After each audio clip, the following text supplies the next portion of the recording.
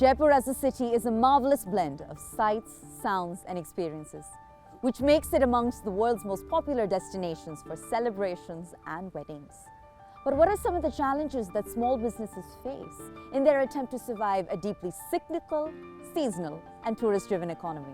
Well, we caught up with industry experts at the Leaders of Tomorrow Springboard here in the city of Jaipur to find out. On the show tonight, we're joined by a power-packed panel which includes the President of the Federation of Hospitality and Tourism of Rajasthan, Kuldeep Singh Chandela, President of Hotel and Restaurants Association of Rajasthan, Tarun Kumar Bansal, the CEO and co-founder of Thrillophilia, Chitra Gurnani Daga, and the Director of Hotel Castle Mandawa and member of the Federation of Hospitality and Tourism of Rajasthan, Angad Mandawa.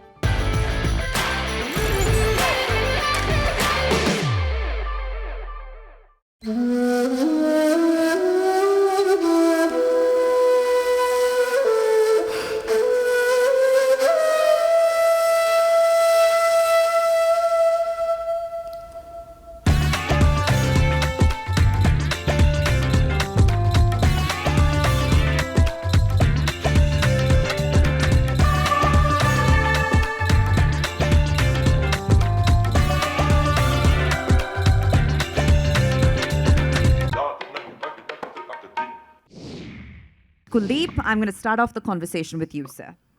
All right. Between Hawa Mahal, Jal Mahal, Jantar Mantar, Amer, the fort, Rani Bagh, the list goes on and on. A tourist in Jaipur is spoiled for choice, correct? But I'd love your take on the number of palaces and the most picturesque of palaces converting into heritage hotels for the world to experience and wedding destinations for the world to enjoy. Is that entirely a positive development, or given that you are a Jaipur native, is there a downside? Thank you very much. First of all, I must thank Economic Times for inviting us. Absolutely, it's sir. a great pleasure being here. And talking on tourism and especially on heritage, that's a subject which is very, very important for Rajasthan tourism. Way back in 80s, heritage hotel concept had come in Rajasthan. Right. And old palaces and which were converted into hotels. So they got this heritage hotel tagline with them. And government had given them permission, certain facilities also. And especially in the small parts of Rajasthan, in the villages and all, the small havelis or castles or forts were converted into hotels. Right. And best part was that people who were moving out of the village to go somewhere else to work were stopped there because they got employment in those villages with the hotel. And we are so fortunate in Rajasthan that our government takes tourism so seriously. Our Honorable Chief Minister and our Honorable Deputy Chief Minister is also Tourism Minister, Princess Diya Kumari ji. And they have convinced Madam Sitaraman ji and got 149 crores for development of Jal Mahal and Jaigad and Amer. That is a very recent development and it deserves a round of applause, please. Yeah.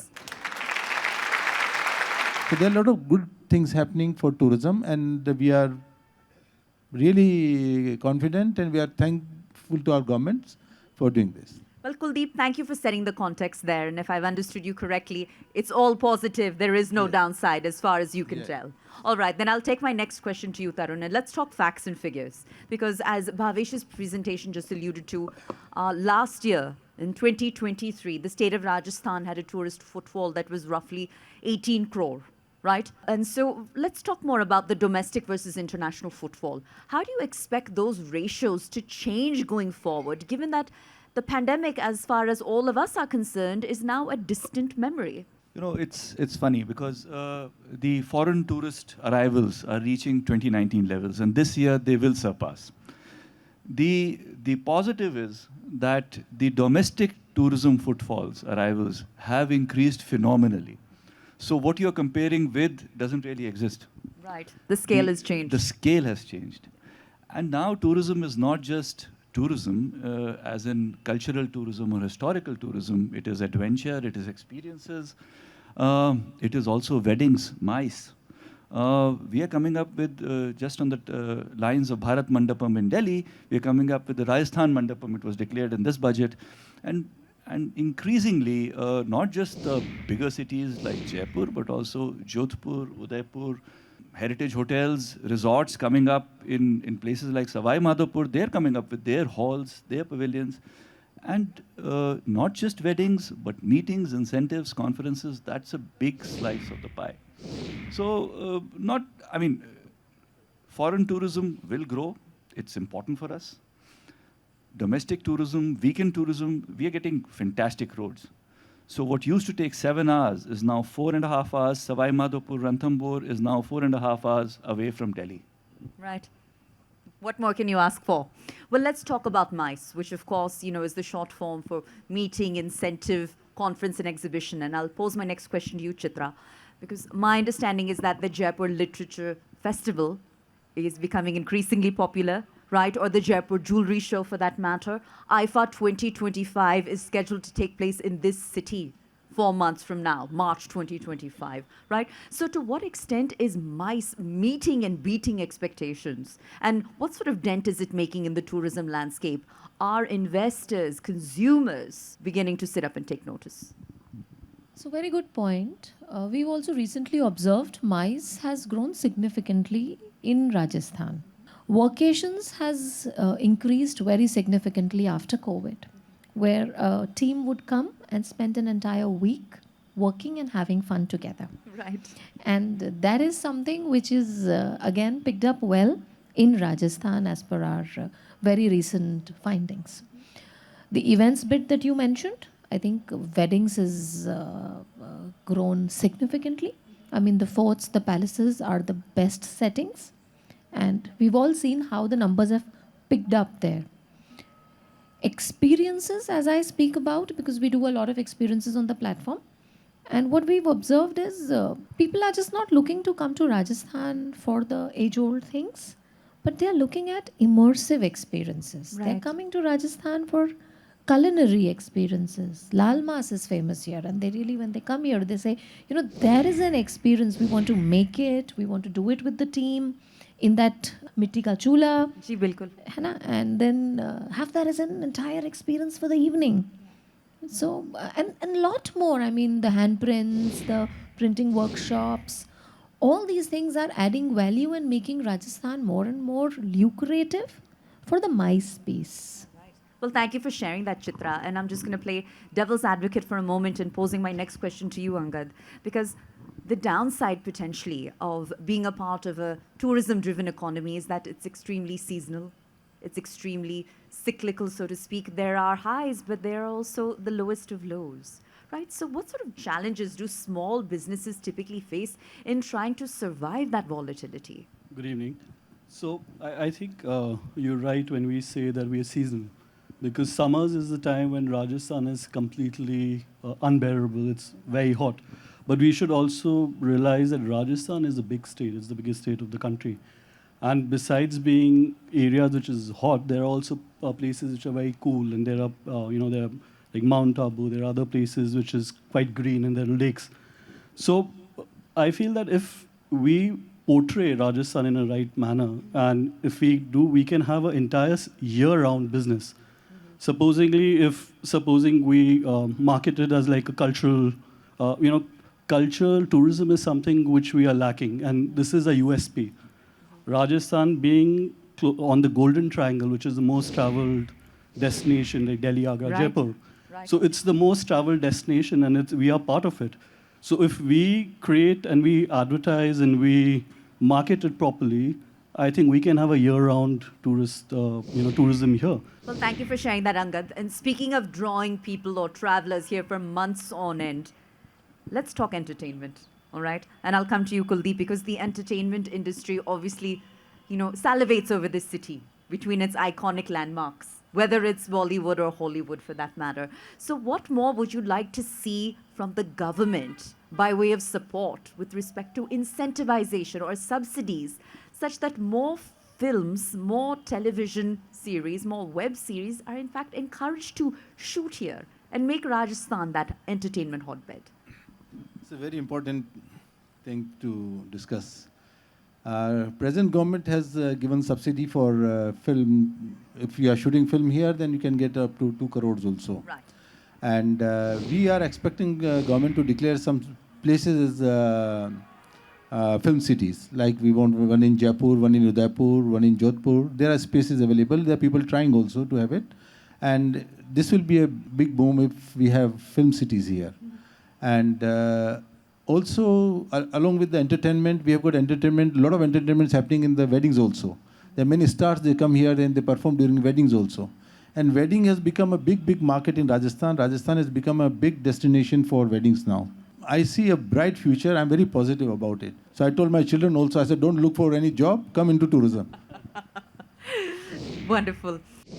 It's time for a short break, but our coverage of the Leaders of Tomorrow's Springboard here in the city of Jaipur continues right after this. So don't go anywhere.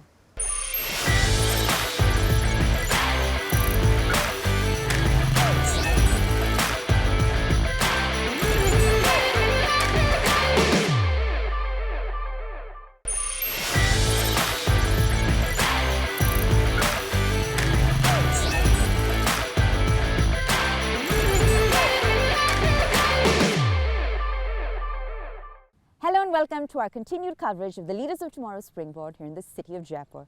We'll be hearing from industry heavyweights tonight as they weigh in on the extent to which the city is embracing technology, supporting local artisans and promoting sustainability, all in an effort to embrace the bigger picture, Rajasthan's global tourism vision. Let's listen in.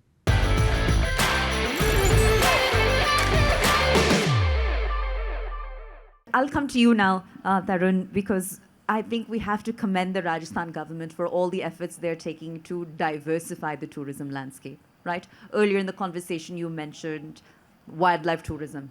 Then there's water adventure sports, right? Even golf in certain parts of the state where the weather permits. What are other new and niche market segments that you think can experience the traction required to bring that footfall to the desert state? Rajasthan is a big state, the biggest state in India. I think it's as big as Germany is. Now, if you talk about spreading the joy, so as to say, right, spreading the tourist dollar. So there are some very progressive policies, and one is the paying guest scheme. If you have 5 rooms, you can convert it into paying guest, and you can get a permission from the government, run it as a valid unit. You have the guest house scheme. If you have up to 20 rooms and you're living there, you can convert it. Heritage hotels. Rural tourism, which Sir was mentioning, this can be a game changer on its own. If you've got, it's not just, rural tourism is not just that you invite people to a rural setting. You can grow organic vegetables, ask them to participate in the growth. Right. So there are many innovative schemes here that support the small guy in the tourism as well as the high-end, big spend investment in tourism as well. Thank you for sharing that, Tarun. And Chitra, I want to switch gears for a second, and I want to talk tourist safety. So I was in Udaipur earlier in the week, and I came to know of an all-female police patrol team that is, of course, there for general safety, but it's particularly there to safeguard female tourists, right? I'd love your take on the extent to which Jaipur is looking to adopt a similar model and how much of a priority that is. That is certainly a very, very important priority. With the changing times, I think females are traveling quite a lot solo. And that makes it all the more important that the city is seeming very safe. Right. I mean, even before I plan, it's very important that I feel that sense in all the internet articles, in everything that I read, everything that I hear about the city. So it is of utmost importance when I plan a trip, especially when it is solo or with some female friends. There are a lot of initiatives that can be undertaken for this. I mean, give you an example, we are working on a on-the-trip app where when our customers are traveling and when they really feel unsafe or they need some help, they have a button which they can click, which helps them connect with the nearest police station in just few seconds. Sure. Right? And that's something which is going to be launched very soon in our on-trip app. And like this, there are many more initiatives that we can actually do to ensure that there is women's safety in the state. Well, I think it's an important priority, and I'm glad that you shared that. It needs to be heard and taken seriously, and perception matters a lot, right? Especially in the context of international footfall. So it is top priority, and it does bring top dollar as well. So with that, Angad, I'll come to you. Now, of course, given that on every nook and corner of this city, there's, a palatial estate, if you will, that of course also creates an incredibly cluttered and crowded landscape. So how does one even begin to build brand loyalty in this business? I think it's the experience, when you have different properties, it's the kind of experience one provides which creates a brand loyalty. Because every space and every experience is, because nowadays it's not about only going to a palace, because earlier every traveler, when they travel, they were like, we've been to different palaces, but now it's become experiential based. So what experience you have is what creates the brand loyalty. What you see, what you do. Creating a loyalty is innovation. It's about, experience, what you provide will create the brand loyalty. Sure. And let's talk about that next generation traveler, that instant gratification generation, if I can call them that, Kuldeep. And they are increasingly tech savvy, and everything needs to be at their fingertips immediately. Whether it's a check-in process, whether it's access to Wi-Fi, whether it's a repair in their room, whether it's the water pressure being of the right level so that they can enjoy a hot shower. These things suddenly are now non-negotiables, right? Do you think that brands have kept up, or are they continuing to sort of say, aap nahi to koi aur sahi, and they haven't really evolved as quite the pace needed to cater to that next generation traveler? Well, this is what we say, these are two sides of the coin. I'm from the old school. So for me, still going through a tour operator is very important. I don't book online. But yes, when it comes to tourism, we have to be connected with online and digital also. Yet, I prefer to have our own old system also. Like when you're going to a village, you want to have a camel ride and all, you can't really book camel ride on your mobile. You see, you have to go to the person and ask them, can I have your camel? In some, you can still do it probably online, the camel rides and all. But the charm is lost with the technology also. So we have to have the old-time charm also. And Chitra, I want to come to you now for a second, switching gears again. Time and time again, we talk about Jaipur and we talk about its architecture. It's so breathtaking, right? Let's talk infrastructure. Because if tourism has to go to the next level, we need the aviation industry to see robust, accelerated advancements, right? Connectivity needs to improve. Infra needs to keep pace. And it all needs to seemingly happen in parallel rather than sequentially, right? Where do we currently stand? How far behind are we? We're far, very far, honestly. I mean, there is good progress in roads. You see the road infrastructure, it's awesome in Rajasthan. No complaints. Fantastic roads. But our airports are not equipped. They're not equipped to handle the loads. Just not equipped. Be it the Jodhpur, be it the Udaipur, be it the Jaisalmer, be it the Jaipur airport for now, for that matter. The number of international flights are increasing. But if you look at the airport, you would realize that it needs more upliftment, no doubt about it. When we talk about infrastructure, let's talk about the infrastructure of the palaces, the forts. We obviously can't change the architecture. That is what we should not change, because that's heritage. But infrastructure upgradation is required to manage crowds. When there are peak seasons, there are a lot of tourists that come. Right. And unless we have proper crowd management systems, it just doesn't work. And Angad, I want to come to you now because there's so many tier 2 and tier 3 towns and cities in Rajasthan, such as a Chittor, for example, or a Jodhpur, for example, that are trying to reinforce identities of their own, emerge out of the shadows of a Jaipur or an Udaipur, right? What words of advice might you have for entrepreneurs in that scenario? I think one of the biggest things we should, there is also a lot of intangible assets, in Rajasthan, and those are the ones which make up stories, like what, she was just mentioning that, all the things we can do. And even, I've traveled abroad, there are a lot of museums which are very interactive museums. We don't have, we are far behind in sense of tourism and the kind of facilities and things we can provide. And I think the more we become, we learn. And I think if we don't know, then we should learn from other places. We should travel. And the more we travel and learn and we can improvise and start building our own, is that's only going to get more tourists, because we still lack in a lot of infrastructure. We lack in a lot of things which we can provide to the tourists. And, it's a very repetitive where they just go and, it's like they see the museum and then they go. But there's not much interaction. All right. And by way of closing comments, and I pose this question to all of my panelists, I'll start with you, Kuldeep. When it comes to conversations around tourism in Rajasthan and tourism in Jaipur, the conversation is, largely focused on everything that's changing, right? Everything that's evolving, everything that's transforming. My question to you is, what's going to remain the same? The folklore, the folk artist, the handicrafts, the palaces, dal bati churma, lal mas keema bati. These things are going to remain. You see, no matter how modern you become, you'll still need these things. Very well said. All right, the same question goes to you then, Tarun. What will remain the same? See, we've inherited a glorious heritage. All we have to do is be cognizant of what we have and then manage it well. What will remain the same? I think all of us in Rajasthan have this deep, deep pride in what we have. We are aware of how rich, how varied it is. Yes, so this will remain the same. This will go from family to family, generation to generation, hopefully. Changes will always happen. It's a changing world. But the basics, I think they remain there. All we have to do is learn to manage it better and learn to manage it faster, because we're losing it. So Fair enough. Time is there. All right. Chitra, over to you. The warmth of Rajasthanis.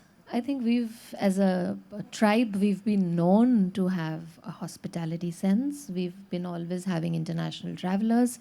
And the way Rajasthanis have been hospitable, I think that will remain, apart from every other point that they've mentioned. And Angad, I'll give you the last word, sir.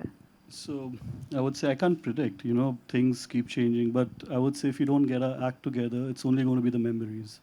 So we really need to focus on what we're doing and how we're preserving our culture and heritage. What a power-packed panel. What a rich range of insights. Huge round of applause, please. Angad, Kuldeep, Chitra, Tarun, phenomenal. Well, that brings our coverage of the Leaders of Tomorrow's Springboard here in the Pink City to a close. I'm Pooja Jain signing off. Thanks for tuning in.